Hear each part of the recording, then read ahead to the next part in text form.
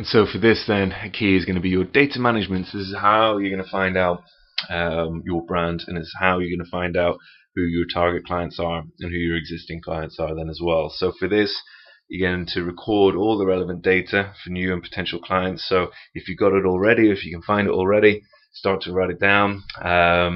If you haven't done so, you can then start to collect this data moving forward. So as I say, you'll get an impression from your inquiries in terms of kind of naturally who's already predisposed to getting in touch with you. But then also if you look at your existing clients, you'll see where your kind of successes have lay. And so that will allow you to kind of start to really form exactly who you are as a trainer and who you are looking to work with. And also then you can keep data for clients who may have stopped using your services, because it may simply be that you schedule a follow-up with them. So they may have seasonal training, they may train for a specific event, they may go away at a certain time of year, which either means they can no longer train with you at that point, but then whenever they're back, you know that they can potentially re-sign as a client. So you keep notes on all the reasons why people may have stopped training with you, you put dates in for when they start and stop, and that way then ahead of time, whenever it comes to the point where they're going to be likely to prepare for that annual event, or they're likely to be back from wherever they've been, you can then drop them a line, and then you're back in their mind and you're going to be their first choice again.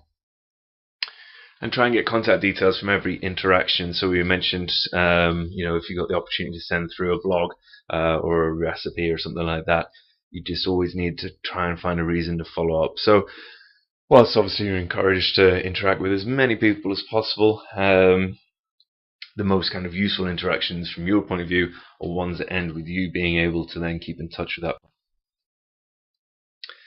An example then, if you want to start as a data management exercise, is setting up your own spreadsheet for what kind of information you want to start to record. So you've got the likes of the name, the date that they started with you, whether they're male or female, what their goals are. So things like with the goals and the challenges and the achievements, you'd have that as kind of a drop-down list. So you get as specific as possible to cover some varying different options there, but you want to kind of limit how many options there'll be, because then when it comes to analyzing that data, you want to quickly be able to allocate how many clients or how many individuals fall into each of these categories, because then that will give you your idea of what is already most popular amongst your existing clients, what's most popular amongst your current inquiries, and then this is how you can start to direct yourself towards a very specific example. So we're looking at the goals, we're looking at the job role as well. So again, this can be kind of that home status, whether they may stay at home, maybe they've got a young family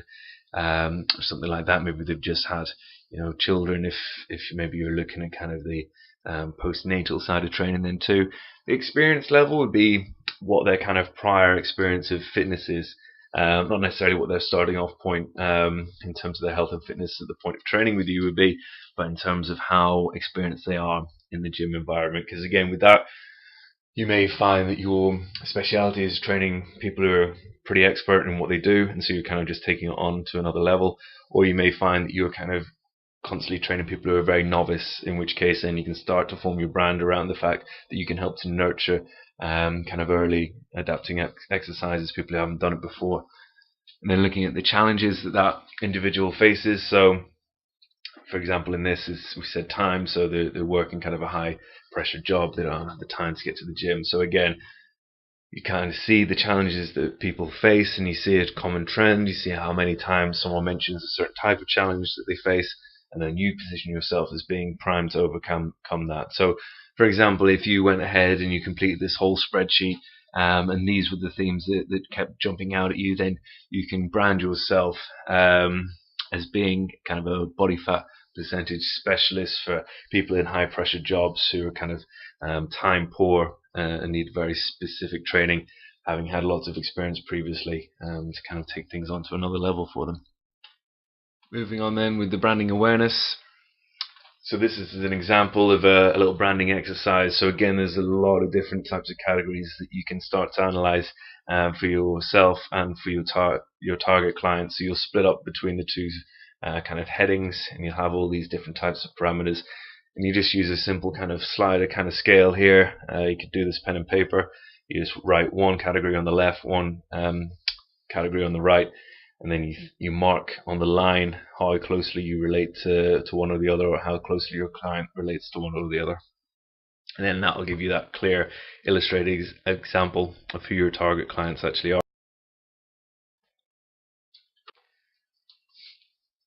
Now we're going to talk about personality types. So this is a very important part of the seminar today. It's looking at, again, making your potential clients feel more comfortable around you and creating that environment that they'll kind of want to join in. So you'll find, obviously, a lot of people have a kind of natural predisposition to the types of people that they get along with, and potentially if you're in a gym or a health club where coincidentally those are the main kind of foundation of the membership base, so naturally you're going to get along with a lot of people, but it's going to be about making those extra percentages, and that's how you go from doing okay or doing quite well to doing very well and overachieving, is making sure that you can have that same kind of appeal to the people that you naturally appeal to, and then also these other ones that potentially you may not have had success with in the past, but here's the opportunity now to learn a little bit of how to interact with them. So what we're going to look at is kind of a very broad strokes kind of approach to personality assessment. We're looking at the DISC training, which is used in the kind of corporate environments, used with a lot of salespeople. Just breaks it down to kind of four large categories of personality types. Of course, almost everyone will be an overlap of 2 or 3 or maybe even all 4 of the different categories, but again, this is just for that kind of general overview of certain types of people you may come across, and then how to spot it and how to adapt to it to give you the best chance to build rapport with them then as well. Okay, so we're going to look at the 4 personality types we're going to list here, which is dominant, interactive, conscientious, and supportive. So first of all, we'll start with the dominant personality type. So with this, you're going to want to get these types of people, you're going to want to get to the point and to the bottom line quicker. So you need to find out exactly what they want, and then you need to lay out the quickest route for them to get there. So it's very, very direct. And how to spot them: these would be the type of people who have a very firm handshake. They'll make eye contact. They'll be in that kind of potentially high-powered job role, kind of time-poor side of things. Everything has to be quite precise and to the point, and done very well and very quickly. The good news is, with this personality type, it's generally the easiest to complete a sale with, because they know their own mind. They're able to make decisions on the spot and be kind of that more decisive personality. So again, if you work in kind of a more of a corporate fitness environment, maybe you're around a lot of people who work in finance or at director level or higher level within whatever industry they may be in, you're going to come across, or you're likely to come across, this personality type quite often. And this is a great opportunity, because these people, they know what they want. You just need to show that you can deliver it, and also not kind of faff about and waste their time. The second personality type to look at then is the interactive personality. So with this type of person, you want to show enthusiasm for everything, and an interest in them then as well. So these are kind of the big personalities. Everything's fantastic, everything's kind of high energy and high enthusiasm. The one thing to bear in mind about this kind of type of personality is, if you also have this personality type, or if you show traits of this personality type, whilst you want to match their enthusiasm for everything, you need to avoid becoming involved in kind of one-upmanship. So whereas potentially if you also have a big personality and you generally like to be the biggest personality in the room, when it comes to interacting with this type of person, you want to take a back seat. So they'll also enjoy chatting to strangers. So again, if you're in a gym or health club environment, potentially they'll be chatting to reception or to someone that they've just met whilst they're waiting for you. So that's a good sign, a clear sign for that.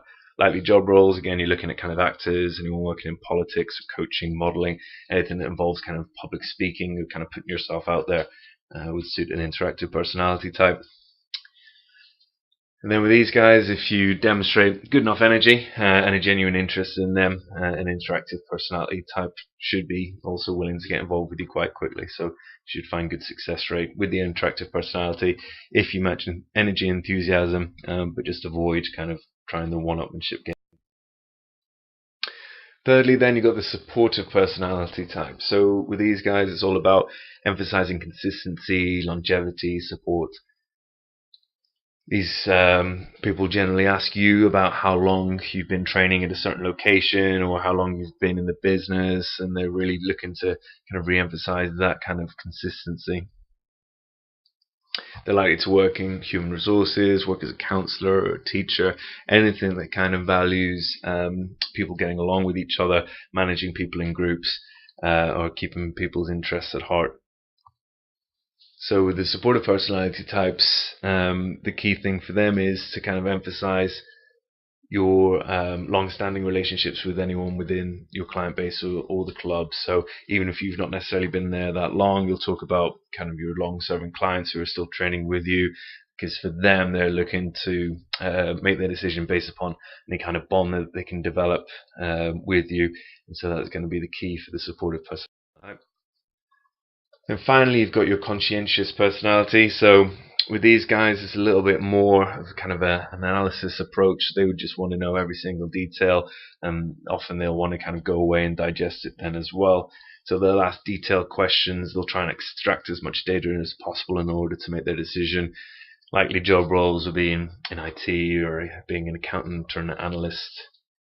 And then with these guys, it's key for you to cover as much detail as possible in everything that you talk about, and then you'll have a chance of them joining with you. But it is quite likely that they'll need to take a little bit more time than the other three personality types to make a decision. So if you do identify that this person is a conscientious personality type, don't worry about not necessarily closing them right away. So obviously, of course, as we say, always ask for the business, always ask the question. But if you've kind of identified that they're conscientious personality, don't take it to heart if they then have to go away and run the numbers a little bit more.